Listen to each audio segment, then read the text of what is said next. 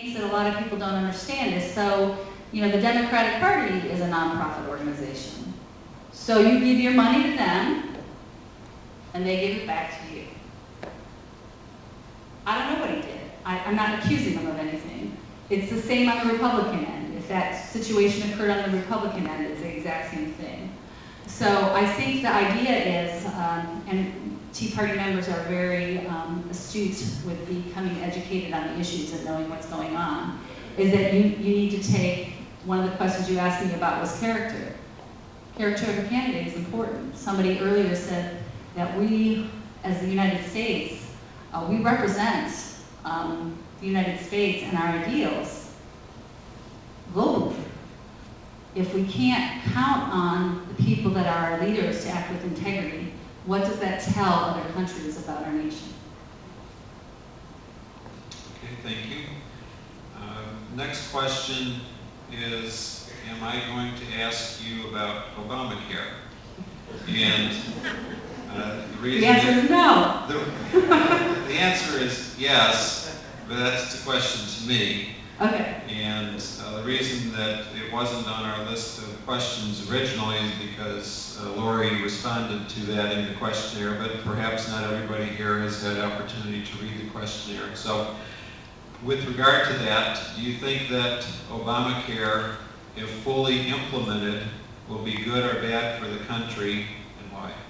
I'm going to say it'll be dangerous. I'm going to say it's dangerous because when the government starts mandating what we have to purchase, it's a pretty frightening thing. It can have very serious consequences on our businesses, what our businesses have to do. And so, and it really pulls apart the fabric of what I love about America, and that is that we have choices. And we need to have choices in how we are going to use our money, what we're going to spend our money on. There was one more section of that question that I'm not answering. Yeah. The question was, do you think that Obamacare, if fully implemented, will be good or bad for the country, and why? Okay, I think maybe I got it. Okay. The next question from the audience is, Ohio revenues currently exceed the projected state budget, and oil and gas revenues are expected to further boost state funds. Do you favor reducing state income taxes, reinstating local government funding, or both? Reducing or eliminating income taxes?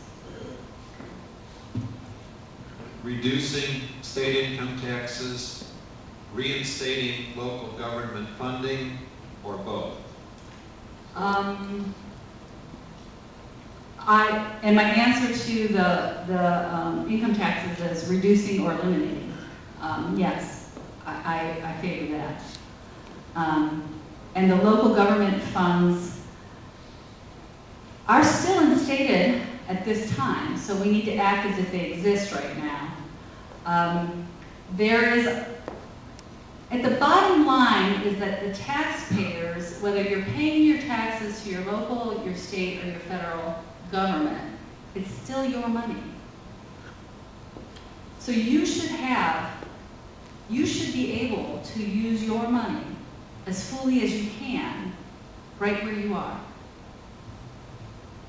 Applying that to education, do you favor allowing parents to take their students' allocated tax money for their education and apply it to other schools like private schools, parochial, or whatever schools they want, kind of like a voucher system? Right. I want to say yes, definitely. And I also want to say that I have worked in the public school for a very long time, and I am an advocate of public education. My kids went to the public schools. And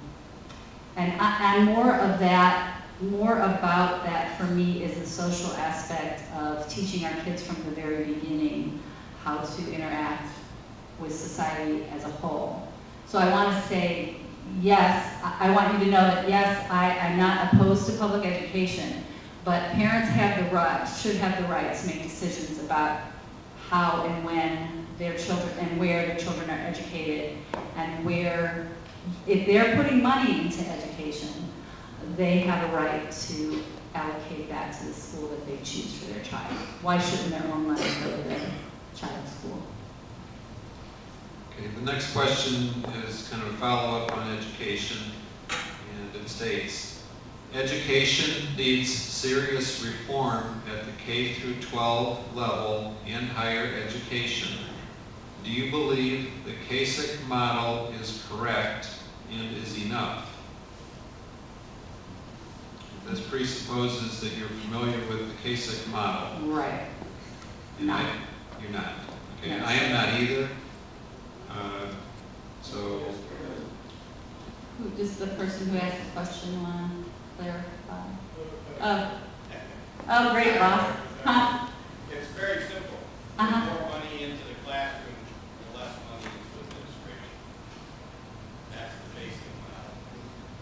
I'll tell you what, it's about learning. Our focus should be on learning. So the more we invest in learning, the better off we're all going to be.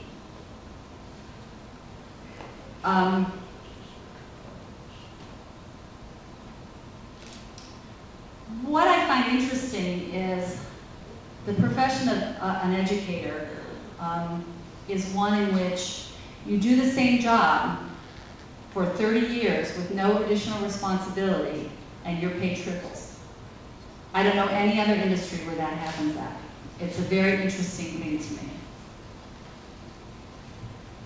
Something needs to change there. The other thing is that if you have a PhD, you can't teach in a classroom. You have to have a teaching license. With a bachelor's level, you have more ability to educate our kids than you do with a PhD. I find that interesting. Something needs to change, I think, with that. The other thing is, I'm very, very interested, and I don't think that Kasich has talked about this yet. I might ask him. I'm supposed to go down to Columbus this week, so maybe if I get a chance, I'll ask him. But why aren't our business leaders educating our children? Especially in the 11th and 12th grade. We always fuss about statewide testing, but statewide testing should be over in 11th grade. What are we doing with our 11th and 12th graders? We need to get our business leaders to start teaching in our classrooms.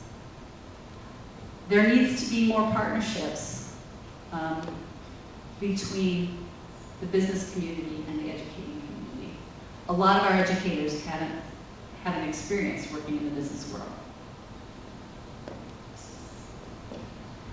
Just as a follow-up before I read the next question,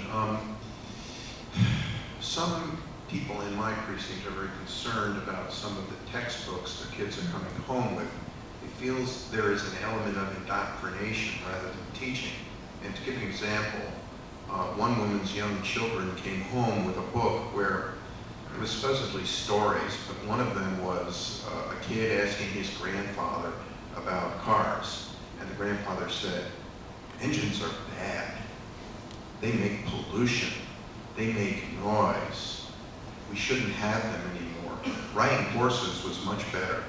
And that type of thing, which seems like a green or, I don't know, global warming kind of a weird thing to indoctrinate kids with, but the kids came home and they were all kind of confused and upset by it. Do you see that kind of thing kind of entering into the educational arena? It's huge. It's huge. It's hugely entered in.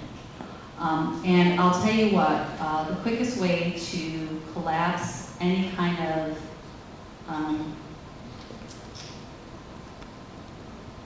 philosophy on living is to shake the foundation of the people that live in that philosophy.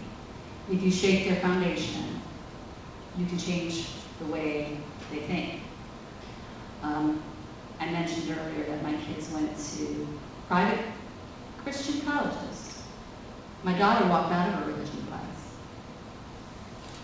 Christianity bad, Islam good. Yes, infiltrating and attacking is happening. Everything that you guys do is about getting involved